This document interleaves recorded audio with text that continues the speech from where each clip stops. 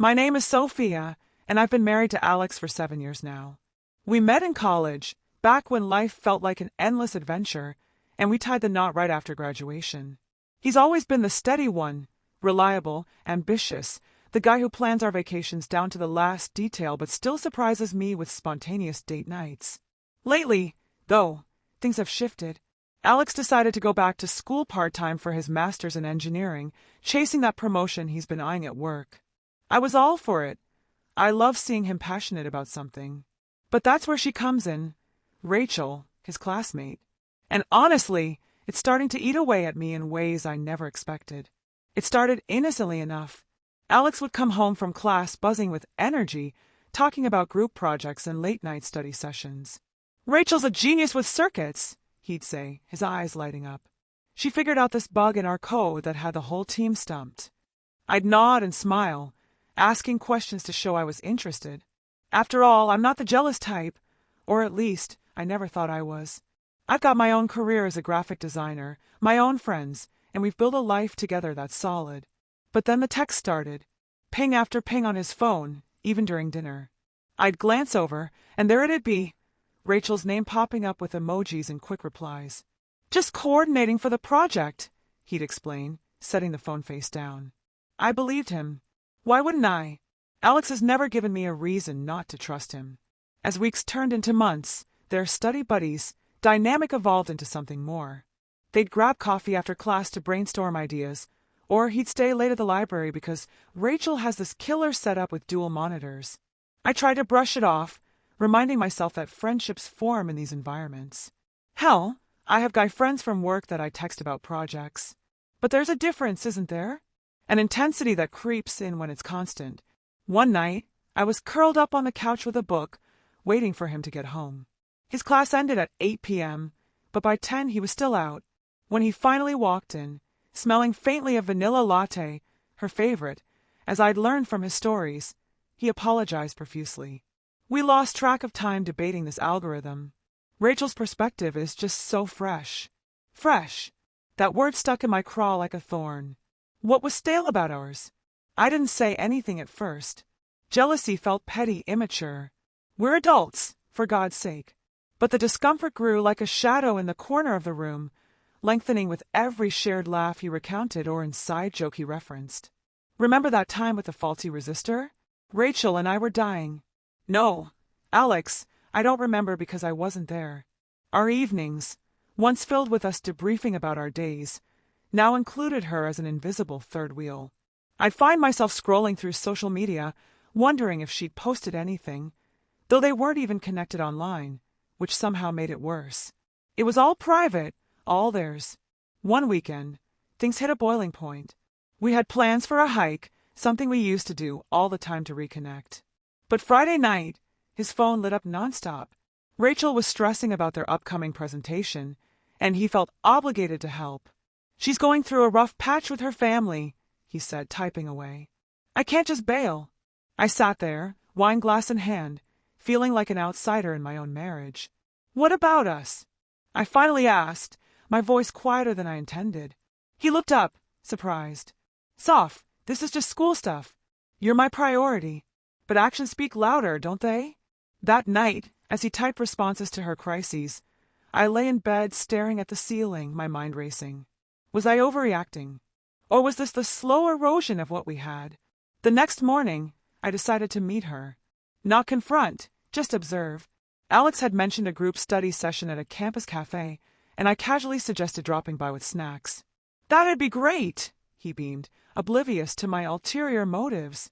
When I arrived, balancing a tray of muffins and coffees, there she was, Rachel, with her effortless ponytail and that sharp, engaging smile. She wasn't some bombshell temptress. She was smart, animated, the kind of person who draws you in with her energy. "Sophia, Alex talks about you all the time," she said, hugging me like an old friend. "You're the graphic designer, right? I love your work. He showed me your portfolio." He did. That threw me off. We chatted, and she was genuinely nice, asking about my latest projects, laughing at my jokes. But watching them interact, the easy banter, the way she'd finish his sentences about their work, it twisted something inside me. They had a rhythm, a shared world I wasn't part of. Driving home alone while Alex stayed to finish up, I felt a wave of jealousy crash over me. Not the hot, angry kind, but a cold, aching insecurity. What if this friendship was filling a void I didn't even know existed? Our life had become routine. Work, bills, the occasional Netflix binge. Rachel represented excitement, intellectual spark, the things that drew Alex to me in the first place.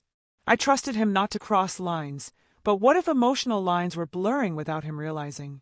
That night I couldn't sleep. I imagined scenarios, late-night confessions, a hand lingering too long. Stupid, I know, but jealousy doesn't play fair. Over the following weeks, I tried to address it subtly. Maybe set some boundaries with the texting? I suggested one evening as we cooked dinner. He paused, knife hovering over the onions. Boundaries? Soft, it's not like that. We're just friends. His defensiveness stung. I know, but it's constant. It makes me feel sidelined. He sighed, pulling me into a hug. I'm sorry. I'll tone it down. And he did for a bit. Fewer texts during our time, more focus on us. But then their big project deadline loomed, and it ramped up again. One evening, I overheard him on a call with her, laughing, sharing personal anecdotes. Yeah, Sophia and I went through something similar when we first moved in together. Hearing my name in their conversation felt invasive, like our private life was fodder for their bond. The discomfort festered into something uglier. I'd catch myself checking his phone when he was in the shower, not reading messages, just seeing the notification count from her. Pathetic, right? I confided in my best friend, Mia, over lunch. It's not cheating, but it feels like emotional cheating, I admitted. She nodded sympathetically. Talk to him, sophomore, before it blows up. So I did. That night, after he'd wrapped up yet another quick study call, I sat him down. Alex, I trust you. I really do. But this friendship with Rachel, it's intense. The constant contact, the shared everything, it's making me jealous. Not because I think you're doing anything wrong, but because it feels like she's getting parts of you that used to be mine. He looked stricken, setting his laptop aside. Soph, I had no idea it was affecting you this much. Rachel's just a classmate. A friend. Nothing more. We talked for hours, peeling back layers. He admitted the program was stressful, and her support made it bearable. But you're my rock. I don't want to lose sight of that. I shared my fears, that our marriage was becoming background noise to his new life. By the end, we were both teary but closer. He promised to create space, limit texts to school hours, include me more in his stories without the exclusivity. It wasn't an instant fix. The next day, when Rachel texted about a minor issue, he showed me the message before replying.